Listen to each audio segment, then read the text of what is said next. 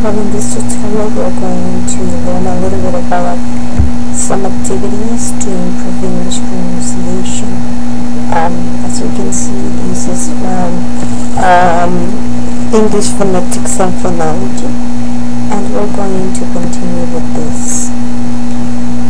Sometimes teachers just avoid having teaching pronunciation. So there are some questions that we have to do. Do you avoid teaching pronunciation because you are not sure how to teach it? Sometimes we do because we don't know the phonetic system of English. Do you avoid teaching pronunciation because you don't have the materials to teach it? Sometimes we don't have the materials and we avoid to teach pronunciation. Or do you avoid teaching pronunciation because it seems to be difficult? Sometimes we tend to think that pronunciation is a difficult part of teaching English. But we have to know that pronunciation involves far more than individual sounds. We also have word stress, sentence stress, intonation, and word linking all influence the sounds of spoken English. We have to consider also that in some vowels and also some consonants, we have voicing. We have voice and voiceless consonants. For example, as you can see here, you have to distinguish which one is voice and which one is voiceless. There is a very easy way to see it. For example, the, which is a voice sound, which is a voiceless, o, voice, voiced, voiced, voiceless, sh, voiceless, voiceless, k, voiceless, and voiced. Only by touching your throat you can probably see if the sound is voiced or voiceless. There's another aspect, which is aspiration. K, t, k, and ch are some of more of the common aspirated sounds. That means that we kind of release a puff of air in order to pronounce these ones. Of course, sometimes it really matters the position of these sounds. The mouth position is also something very important. Make sure all students can clearly see your mouth by your model sounds. Have students use a mirror to see their mouths, lips, and tongue while they imitate you. So having this is a very good option because the students can see where the tongue position goes and how also the lip position goes. Intonation is another part. Word or stress intonation can be mimicked with a kazoo or alternate by humming, like for example saying where do you live? Where do you live? You would say or what's your name? What's your name? It's a very nice activity also that students can imitate in order to know the intonation of questions, in order to know the up and downs of stress.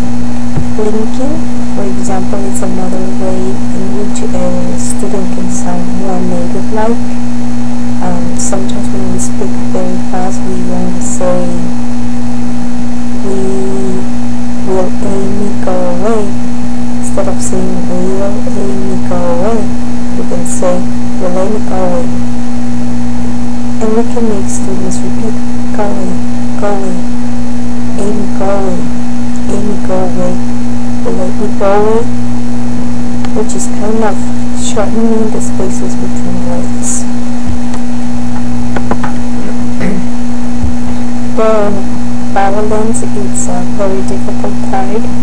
Since we have in Spanish we have only 5 sounds for 5 letters, vowels, but in English we have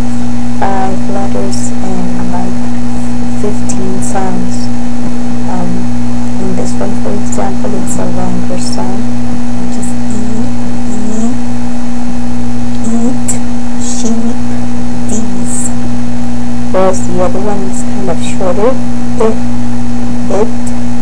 ship, this.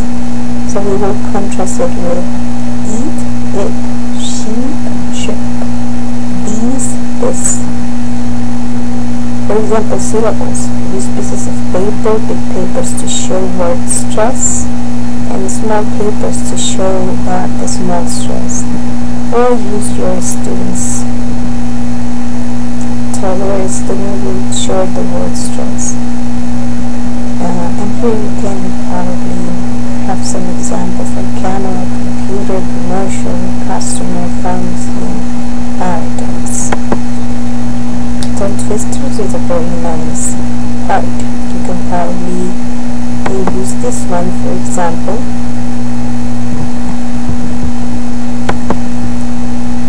Okay, and check. It's here.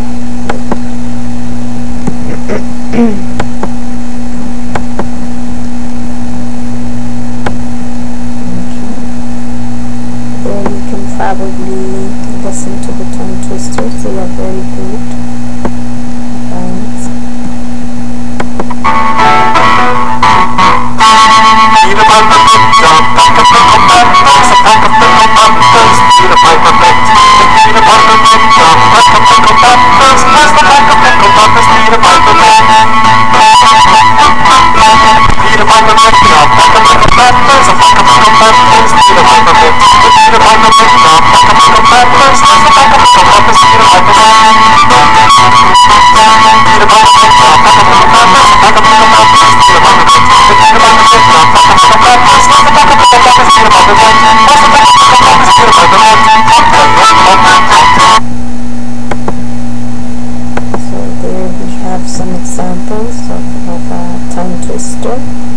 That helps the students know the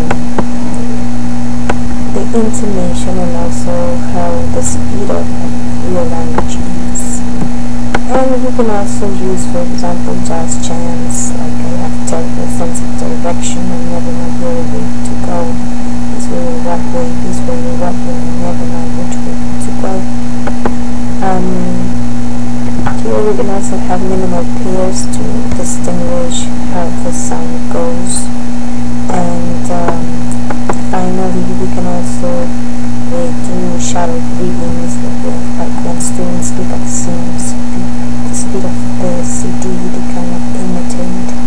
Here we have the syllable snap, where students snap the cards that have the same number of syllables. Run and write to divide students into two groups. The teacher says the number of syllables and students run and write any word. Dumbness, for example, is a good